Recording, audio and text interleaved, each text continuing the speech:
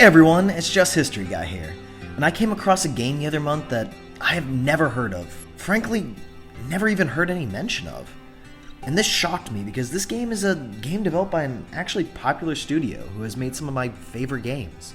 Level 5 Studios, the creators behind classics like Ni no Kuni, Professor Layton, and a personal favorite of mine, Jeanne d'Arc, which actually just had a PS4 release, I heard, so also check that out. Nothing to do with this game, but I think that's cool. But we're not talking about any of these games. We're talking about Crimson Shroud from 2012. And if you want to know what this game first reminded me of, it's Dungeons & Dragons.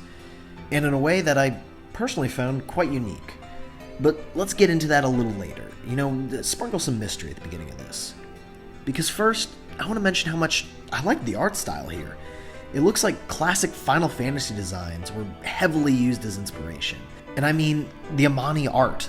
The guy who did this and this and all that cool stuff. It brought me right to those classic times. And yeah, the art style and frankly the game concept art you see here is what even made me want to play this game and stumble across it at all. There was also the simple fact this game is only about 8 hours long. Yeah, a JRPG that respects your time. Mind blown. Those barely exist. Bite-sized JRPG fans, this may be one to have an eye on. And if I played this any earlier, I probably would have mentioned it on my 7 quick JRPG videos. But this game is definitely not for everyone. While I mentioned my love for the art style, the in-game graphics are, well, not exactly stellar. Or, even action-packed. It's a ton of text walls and still images. I mean, even more so than a normal 3DS JRPG. That being said, I still enjoyed it and the fun that came from what I left as a little mystery before. Yeah, I said this game reminded me of Dungeons & Dragons, and while, yes, I technically have never in my life played Dungeons & Dragons, it incorporates a big gameplay technique that just screams Dungeons & Dragons to me. But hey, big D&D fans, tell me if you think I'm wrong. The combat for this game is decided by dice rolls. Yep, a digital dice roll that you use in the bottom of the screen. The characters even appear on little stands looking like tabletop figurines during combat, much like D&D. And you even have like a Dungeon Master-esque voice being heard throughout the game. But the combat is more than just rolling dice to attack. It is a turn-based system, but after you figure out your strategy and select what action you want to do, the dice roll effects do come in.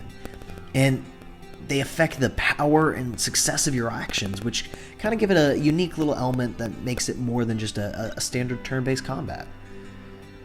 I.e., like Dungeons & Dragons.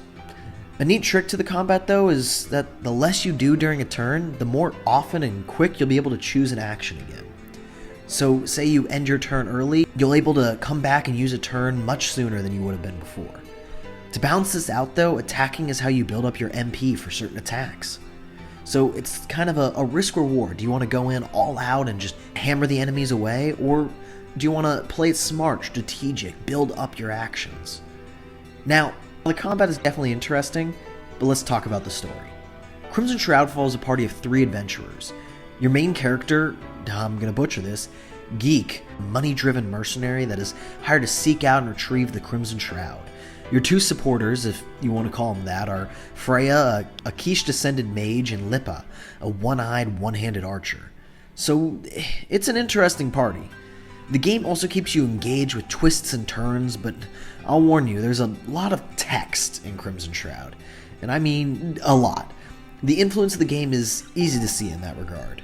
But again, to the pluses, and heck, some of you may have even seen that last part as a big plus, and just are here to read the story through, but the game does offer branching choices and optional flashbacks along the way, as well as the option to revisit past areas and learn more about the story and universe.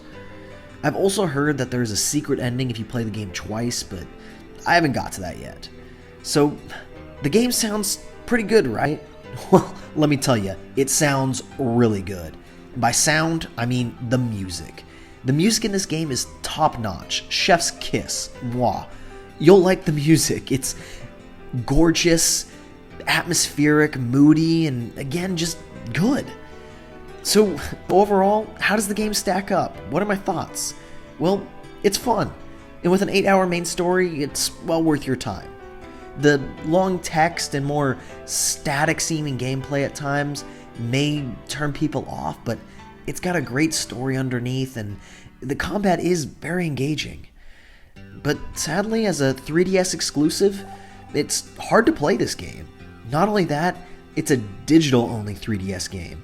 So unless you have a jailbroken 3DS, which I'm not recommending, but it's not that hard to do, or bought the game before the eShop closed, you're gonna have trouble playing this game. So yeah, that makes me a little sad, as I don't think this is a game that should be lost to time.